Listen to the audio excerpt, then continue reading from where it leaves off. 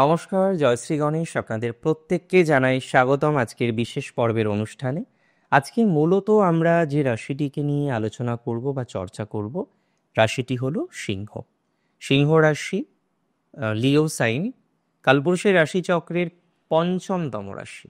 অত্যন্ত গুরুত্বপূর্ণ একটি রাশি, রবি প্রভাবিত রাশি প্রথমত। দ্বিতীয়ত আমরা লক্ষ্য করতে পারবো সিংহ রাশির জাতক জাতিকাদের মধ্যে কেতু শুক্রের প্রভাবও থাকে। তার মানে রবি হচ্ছে রাশির লর্ড, কিন্তু এই রাশিটিতে রবি, কেতু এবং শুক্রের প্রত্যেকের নক্ষত্র উপস্থিত। তাহলে শুধু রবির প্রভাব নয়, সিংহ রাশির জাতক জাতিকাদের মধ্যে আমরা কেতুর প্রভাব দেখতে পাই, আমরা লক্ষ্য করতে পারি রবির প্রভাব, আমরা লক্ষ্য করতে পারি শুক্র গ্রহের প্রভাব। ইম্পর্টেন্ট কি? কোন জায়গাটা বেশি গুরুত্বপূর্ণ, কোন জায়গাটা বেশি গ্রহণযোগ্য, এটা সবার প্রথমে বোঝার চেষ্টা করতে হবে। সিংহ রাশির জাতক জাতিকাদের ক্ষেত্রে আমরা লক্ষ্য করতে পারি বিভিন্ন রকম পজিটিভিটির জায়গা আছে। বিভিন্ন রকম পজিটিভিটি বৃহস্পতির অবস্থানের প্রভাবে আপনার জীবনচক্রে তৈরি হয়। বৃহস্পতি তিনি শুধু সন্তান কারক গ্রহ নয়, তিনি আলটিমেট কোথাও যেন গিয়ে সেই অমৃতেরও বলা যেতে পারে কারক গ্রহ।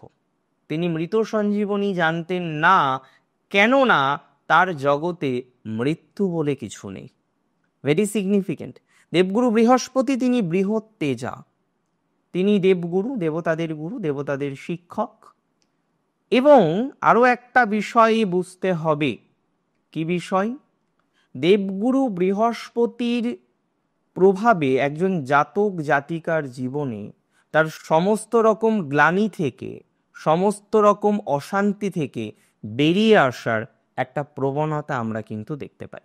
তার মানে বার্থ চার্টে বৃহস্পতি যদি একটা মাত্র গ্রহ আপনার ভালো, অ্যান্ড দ্যাট ইজ জুপিটার, আপনি নিশ্চিন্তে থাকতে পারেন যে অনেক প্রবলেম থেকে বেরিয়ে আসতে পারবেন। অনেক ক্ষেত্রে দেখি যে বার্থ চার্টে জুপিটারের পজিশন খারাপ নয়, হয়তো স্যাগিটেরিয়াসে বসে আছে, ধনু রাশিতে বসে আছে, পাইসেসে বসে আছে, কিন্তু বৃহস্পতি যে নক্ষত্রটিকে শেয়ার করছে, ধরুন ধনু রাশিতে বসে আছে একজনের, কোথাও যেন গিয়ে সিংহ লগ্ন, তার তৃতীয় পতি হচ্ছে শুক্র, বা কোনো কারণে অষ্টম পতি হচ্ছে শুক্র।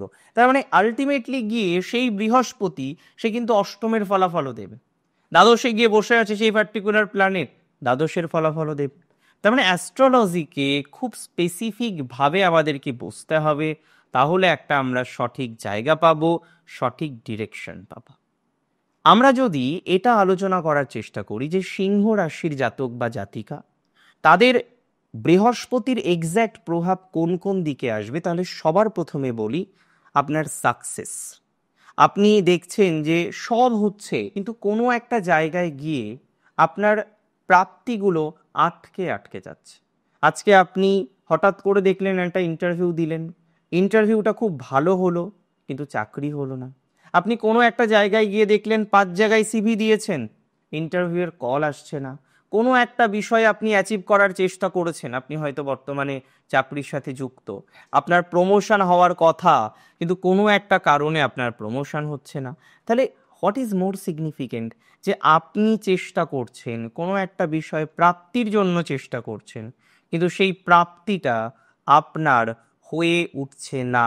হাজার রকম চেষ্টা করে নিয়েছেন, কিন্তু কোনো না কোনো কারণে বারবার ব্যর্থতা আসছে।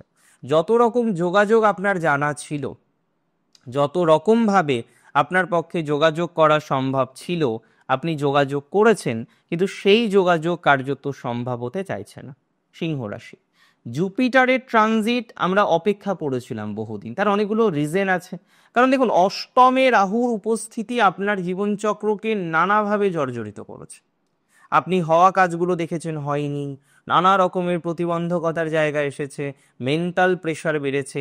বারবার যখন আপনি চেষ্টা করলেন কাজগুলোকে সম্পন্ন করা, কমপ্লিট করা, কাজগুলো কিন্তু আলটিমেটলি সাকসেসফুল হয়নি। আর এটা আপনার কাছে একটা কষ্টের ব্যাপার। চেষ্টা করে যদি না হয়, তার থেকে কষ্ট আর পৃথিবীতে কিছুতে নেই। প্র্যাকটিক্যালি আমি মনে করি, রাশি যদি আপনার সিংহ হয়ে থাকে, এবার থেকে চেষ্টাও করবেন, আর চেষ্টার সফলতাটাও হাতে হাতে পাবেন। 14 মের পর থেকে জুপিটারের ট্রানজিটটা খুব ইম্পর্টেন্ট। যদিও এখানে জুপিটার কিন্তু অতিচার গতিতে থাকবে। আমি আগেও বলেছি গ্রহদের নানা ধরনের গতি দেখা যায়, সেখানে অতিচার গতি অবশ্যই গুরুত্বপূর্ণ একটি ফ্যাক্টর। এবং এই অতিচার গতির কারণেই আজকে যখন 14 মে জেমিনায় অর্থাৎ মিথুন রাশি, যেটি সিংহ রাশির 11তম রাশিতে জুপিটার প্রবেশ করার পর মাত্র 5 মাসের মাথায় তিনি কিন্তু প্রবেশ করবেন কর্কট রাশিতে, তার তুঙ্গ ক্ষেত্রে 18 অক্টোবর। 11 নভেম্বর তিনি হবেন রেট্রোগ্রেড। রেট্রোগ্রেড হওয়ার পর পুনরায় ব্যাক আসবে জেমিনায়। কবে আসবে? 5 ডিসেম্বর 2025। কতদিন স্টে করবে? 2 জুন 2026 পর্যন্ত। আগামী কয়েক বছরে, বিশেষ করে 25-26-এ জুপিটারের ট্রানজিটটা অত্যন্ত গুরুত্বপূর্ণ। একদম 2032-33 পর্যন্ত জুপিটারের এই ট্রানজিট, অতিচার গতির কিছুটা প্রভাব শুধুমাত্র আপনাকে নয়, শুধুমাত্র সিংহ রাশিকে নয়, প্রত্যেকটি রাশিকে, প্রত্যেকটি জীবকুলকে এবং পরিবেশ সূত্রে বিভিন্ন রকম প্রভাব কিন্তু প্রদান করতে চলেছে। জুপিটারের অতিচার গতি অত্যন্ত সিগনিফিক্যান্ট। মূল প্রসঙ্গে আসি। ফার্স্ট অফ অল, জুপিটারের 3টি দৃষ্টি। পঞ্চম দৃষ্টি আপনার তৃতীয় থাকবে, যে কারণে আপনার যোগাযোগ, কমিউনিকেশন ইত্যাদি ইত্যাদি বিষয়গুলো আপনি অনেক সুন্দরভাবে লক্ষ্য করতে পারবেন। যোগাযোগগুলো দেখবেন ধীরে ধীরে বৃদ্ধিপ্রাপ্ত হচ্ছে। বর্তমানে যে যোগাযোগগুলো আপনি কার্যত করতে পারছেন না, বারবার আটকে আটকে যাচ্ছে, সেই যোগাযোগগুলো হবে। সহদর, প্রতিবেশী ইত্যাদি ব্যক্তিবর্গের সাথে সম্পর্কের জায়গাটা একটু বেটার দিকে আসবে। অনেকের সম্পর্ক নষ্ট হয়েছে, প্রতিবেশীর সাথে অনেকেরই সম্পর্ক বর্তমানে নেই, অনেকেই ল লিটিগেশন ইত্যাদি বিষয়ের মধ্যে সংযুক্ত হয়ে গিয়েছেন, তাদের ক্ষেত্রেও আমরা কিন্তু একটা প্রোগ্রেস পাবো।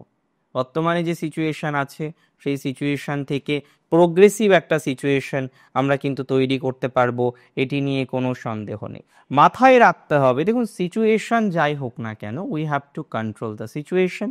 আমাদের সেই সিচুয়েশনটাকে কন্ট্রোল করতে হবে। আর বৃহস্পতি আপনার সিচুয়েশনকে কন্ট্রোল করার জন্য একাদশে আসছে, মানসিক চাপ ইত্যাদি ইত্যাদি বিষয় থেকে আপনাকে বের করে নিয়ে আসবে। দ্বিতীয়ত যে ট্রানজিটটা, মানে বৃহস্পতির দৃষ্টি আপনার পঞ্চমে, সন্তান সমস্যা মিটবে অনেক সিংহের। মানসিক চাপ থেকে অনেকটা বেরিয়ে আসতে পারবেন। যে ক্রিয়েটিভ বিষয়বস্তুগুলো বারবার করছেন কিন্তু ক্রিয়েটিভ বিষয়বস্তুগুলোতে সাকসেস পাচ্ছেন না, দেখুন প্রত্যেকে আমরা এক্সপেক্ট করি যে ক্রিয়েটিভ বিষয়বস্তু থেকে অ্যাটলিস্ট যেন কিছুটা গ্রোথ আসে, অ্যাটলিস্ট যেন কিছুটা সাকসেস আসে। আর আমি মনে করি সিংহ রাশির সেই সাকসেস বর্তমানে আসছে না। সেখানে একটা যন্ত্রণা আছে, সেখানে একটা জটিলতা আছে। অ্যান্ড আই পার্সোনালি বিলিভ, আমি বিশ্বাস করি এই ধরনের বিষয়ে আপনার একটা বিস্তর অগ্রগতি, আপনার একটা বিস্তর প্রোগ্রেস সেটি কিন্তু থাকছে, এটি নিয়ে কিন্তু কোনো ডাউট নেই। মেন্টাল প্রেশার কম নিতে হবে, যেভাবে বললাম সেভাবে এগোনোর চেষ্টা করতে হবে। আপনার অগ্রগতি, সাকসেস, প্রসপ্যারিটি সেগুলো ডেফিনেটলি বৃদ্ধিপ্রাপ্ত হতে চলেছে, সেটি নিয়ে কোনো ডাউট নেই। মেন্টাল প্রেশারটা কম নিই, বৃহস্পতির ট্রানজিট প্রকৃত অর্থে ভালো। এবং আরও একটা কথা আপনাদের আমি জানাতে চাইবো, সপ্তমে বৃহস্পতির দৃষ্টি থাকবে, তো এখানে ম্যারেজ রিলেটেড বিষয়ে রাহুর জন্য যদি কোনো রকম নেগেটিভ প্রভাব আসেও, যে না সাময়িক একটা ডিস্টারবেন্স হচ্ছে, বিয়ে ঠিক হয়ে বিয়ে ভেঙে গেল, এরকম কিছু সিনারিও আসতে পারে, তবে সেই সিনারিও থেকে বৃহস্পতি আপনাকে নিশ্চিতভাবেই বের করে নিয়ে আসবে। মানে আলটিমেটলি এই যন্ত্রণা বা জটিলতা আপনার থাকবে না। এই যন্ত্রণা বা জটিলতাকে অনেকটা হিল করে আপনি যে এগিয়ে যেতে পারবেন, সেটি নিয়ে আমার কোনো ডাউট নেই। আমি পূর্ণাঙ্গ আশাবাদী এই ধরনের বিষয়বস্তু থেকে আপনার সমস্যা, আপনার জটিলতা, আপনার ডিস্টারবেন্স পরিস্থিতি অনেকটাই কিন্তু মুক্ত হয়ে যাবে। বৃহস্পতির ট্রানজিট এক কথায় আপনার জন্য শুভ। নানা ক্ষেত্রে তার শুভত্ব, নানা ক্ষেত্রে তার শুভ প্রভাব ঘটবে বলে আমি বিশ্বাস করি, কার্যত আমি মনে করি।